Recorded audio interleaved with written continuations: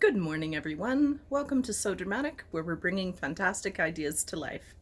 Thank you for joining me. Today, I want to explore making moss with textiles. I've seen this online a few times, and I love embroidery and hand stitch, as anyone around me will know. And I have this book that I haven't cracked open since 1997, and that's almost 30 years ago. Shh, don't worry about it. Today we're going to take a look at it and have a look at one of these transfer patterns to get started. I've looked at a whole bunch of different creators online and how they make their moss effects, and I saw it in a quilt art magazine as well, and it was scrumptious. Oh my gosh, so good. So today I am going to do some experiments and we're going to see how we go. I am going to begin like this. I'm not going to fully embrace some of the instructions because I have a way of making the background for any sort of intentional 3D embroidery art project that I prefer. And I'm going to be trying a few different techniques that I've seen and some that I have devised from my own fantastic brain. And we're going to go ahead. Let me introduce you to some of the threads and equipment that we'll be using in this section. All right, so my plan is to start with these green ones for the moss effects. And I'm going to start with some regular embroidery thread on the bottom. You'll see what that is for. And I have some pink colors I can add into later if I want to do flowers. I've also got some yellow and some orange that would be complementary. I have some brighter oranges, but this is more of a woodland orange. And I have some blues because I have quite a number of Brazilian threads. I spent the whole day yesterday sorting my embroidery from my Brazilian and basically making the whole thing tidy because I've been in that box so many times, and every time I go in there I'm like, oh my gosh, what is happening? I also have some yellow that can definitely go with the woodland theme, and some browns because who doesn't need some chromatic neutral in their life? And that's my collection. That's going to go into the hand stitch bag, and we'll see what we can get going on. So in the hand stitch bundle, I have a number of things that go with me. Obviously, the threads, which I keep in a Ziploc by themselves so that they don't get tangled in scissors and whatever. I have a pair of hemostats, or what some crafters like to call needle grabbers, for when the needle's stubborn and your own fingers just can't pull it through. And as I'm getting older, honestly, I need these so much. So those go in the bag. A pair of snips. You want to have a pair of pretty snips just to feel fun and fancy out in the world. Needle threader. I really like this one because it'll do for almost any thread, embroidery threads, yarn, anything you want, and it's nice and sturdy. I love these. They're way better than these things, which are only really good if your needle's super fine and your thread is super fine. So that's not going in the bag. Pair of eyeglasses because I need them now, and set of needles, and set of other needles, and set of embroidery needles here. Yes, love my needles. I love my needles so much. And a tiny crochet hook for maybe something I might experiment with a little later. It's a number 3. And of course, we're going to start with this thread. I also have a nice spring hook. These are intended for embroidery on the machine. I don't have a Bernat, and I don't really do that on my machine so much, and I really like the spring hook function of this. It's just so nice. We're going to try some samples on here. Blink. I almost forgot to talk about one of the more important things that you'll need in your kit, which is this, a thread waxer. Now, not everybody waxes their thread, but I like to do it because it keeps the thread from curling on itself quite so much and makes it stiff enough that it's easier to thread. I like having these. I actually buy them by the 6-pack. So I like to have next to no knots. So here I am. I'm just picking up 2 stitches in the frame. I really don't want to have knots in the background, and I'm going to be doing a lot of stitching and stitching over stitching and building it up and making a attempt at a 3D embellishment. So I am going to leave just a little thread at the end that I can work into everything, and we'll see how it goes. Once I had the guidelines drawn, I was able to stitch from the outer edge towards the center because of the particular way that this loop stitch happens to work. The work proceeded very quickly, and I'm using a variegated because the tonal variations are easy and beautiful. So I've completed the first round. I think I'm going to go with this color to layer it up so it looks quite cozy. I really like the fly stitch for almost any kind of background. It's simple. I use it a ton. You don't need to get too fancy. And I'm going to layer in and we'll see how it looks. In case I hadn't mentioned it before, I'm using 2 strands of the embroidery floss so that it doesn't look too thick. I don't want it to be a 3. I either use a 2 or a 3. Sometimes I'll use a 1 if I want that really subtle background thing going on, or if I'm doing a line around something. But for the most part, I'll use a 2 or a 3 thickness. So I accomplished this in a remarkably short period of time. I've gone in between the gaps. For the most part, I've tried not to put a V branch where another one is, but sometimes it happens. And I'm just tying off and moving wherever I need to go to kind of fill in the gaps and create interest. I really, really appreciate how this is turning out. And once I have this color in, I'm going to move to the next set of experimental stitches.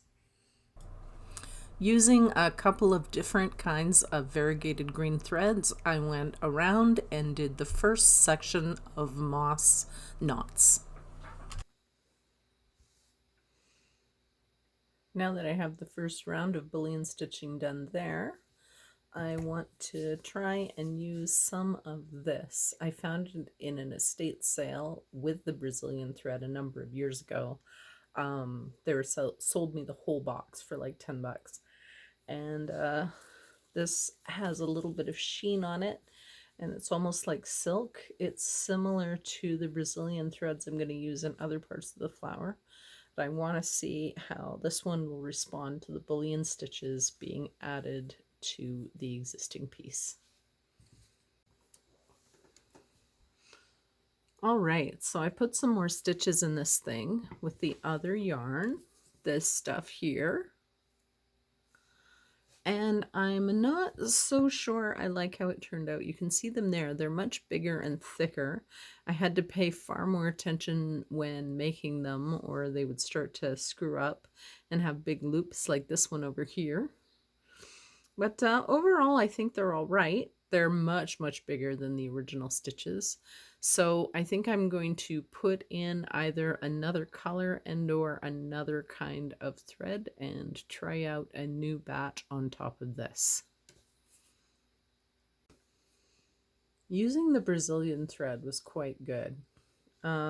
It's in a number of places through here.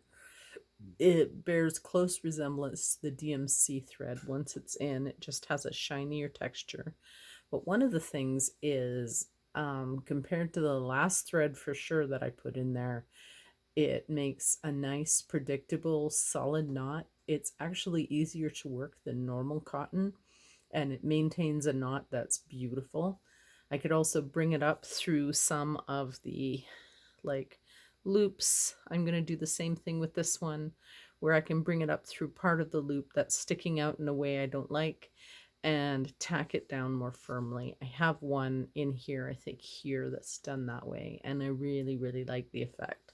So since I can tack down the loops with other moss bullion stitches, then I can salvage what is happening here for sure. All right, so here's sample number 1. I quite like it. It's really, really interesting. It's very tactile. I was going to put some flowers in the middle right here, but I decided to just fill it in with moss and have that full moss look. There are some other techniques I want to try, but I think it's best to try them on a second sample. So I'm going to move to that right now. Well, I'm busting out the linen scraps for sure. This time I'm going to do just small samples instead of trying to do a complete piece. So we're going to just pop that together. Oop. All right, so here we are with this, and I am going to attempt to do a detached buttonhole stitch according to my book. So this is going to look a little bit awkward. This is my very first time trying to do this kind of open buttonhole stitch on any sort of stitch work. And you are all watching me figure this out in real time. So I'll remind you, this is a vlog, and I'm trying out something wholly new here. My goodness, that looks awkward. I did eventually figure out what to do with my fingers to cast on properly, but the first couple of rounds were not working out at all. Here I am very awkwardly just trying to figure out how to even do it. When I was doing it in the 90s, when I was making hemp jewelry, this was a lot easier, I can tell you that much. So what I'm actually trying to do in this piece of video is cast on a knit stitch with my 2 fingers and cast on 20 to 25 of these knots so that I can pull the edge through. You have to be careful not to bring the needle all the way through. This is a lot harder than it looks, and this was super awkward because it's my first time, and I had to remind myself over and over that you have to be willing to be pretty bad at something before you can get good at it, and I do need lots and lots of practice doing this stitch. But after a while I started to figure out how I could make it work and a nice flow of movement for myself. I'm doing it underhand here, although I did start figuring out, yes, I can do overhand, and it was a lot easier. I don't do knitting, and it's the knit cast on, so at first I was like, what? How do I even do this? Now in this part, I've got all of the cast on stitches I want, and I'm just kind of trying to hold the cast on stitches and very carefully pull the needle through and then pull out the slack on the thread before I put the needle back in to where the stitch is going to end up. And the first stitch turned out great. After this, I did a bunch which did not work at all, and I need lots and lots of practice getting this working for sure. A few times I went through the other thread and caused a lock stitch where I couldn't get any more thread to pull through, and I had to start another new sample. I switched to a brighter color green because the darkness of the first green was making it hard to see what was going on with the stitch. And so I'm threading up here, and we're gonna try it again. The amount of thread I'm using for this is really quite incredible, because in order to do this stitch I need it to be about twice as long as normal, which also makes the thread kind of unwieldy. It is different from the embroidery floss and doesn't curl in on itself the same way, although it does definitely curl sometimes. When it starts to curl, it just goes and goes and goes. All right, so I figured out the cast on stitch. Yay, look at that. That's so much easier. It feels very natural. I find that to get the opposite chiron, I actually have to switch to my right hand. I don't do very many things with my left hand, but I am doing this. All right, here's the pull through. It's a long, long way, and you have to pull kind of slowly, and then make sure that you pull the slack out before you attach the needle in. I moved the needle about ½ an inch away from the first go round just to see how it looks different. And pulling through, okay, that's pretty good. So I think I'm getting the hang of it. Sometimes you end up with loops like this that are crazy weird, and I was having trouble preventing that from happening. And I was having a lot of loop-de-loop craziness going on over here too. This is the one that worked out really well, where there's not very much knots in the back. And, oh, it's over here. And these are actually pretty good. See how they stand up? That's what I'm looking for. But I think I'm gonna have to practice a whole bunch more of these before trying it on something else. All right, well, I think that's the end of our video for today. So these are some of my practice knots. I'm going to be practicing this stitch a bunch and seeing where I can incorporate it into my fiber art. And I'm still very happy with that. And I can definitely see applications for this, and I really, really like it. And you can see in places where the stitching, oh no, those are just the discolored, but where you can see this twig stitch coming up through the ground, and that's okay. And I want to experiment as well with some of my spare bead stock and incorporate things like this, like the rock beads that I have, and some of the kitschy flower beads that I have, and, you know, maybe some found objects or something, just to give it interest. Some of the stone beads, I have a massive collection of those, and just use up what's in the pantry. All right, like, comment, and subscribe. We'll see you in the next one. Please let me know what you thought of this, and what do you think about creating moss with textiles? I look forward to reading your comments, and I'll see you in the next one.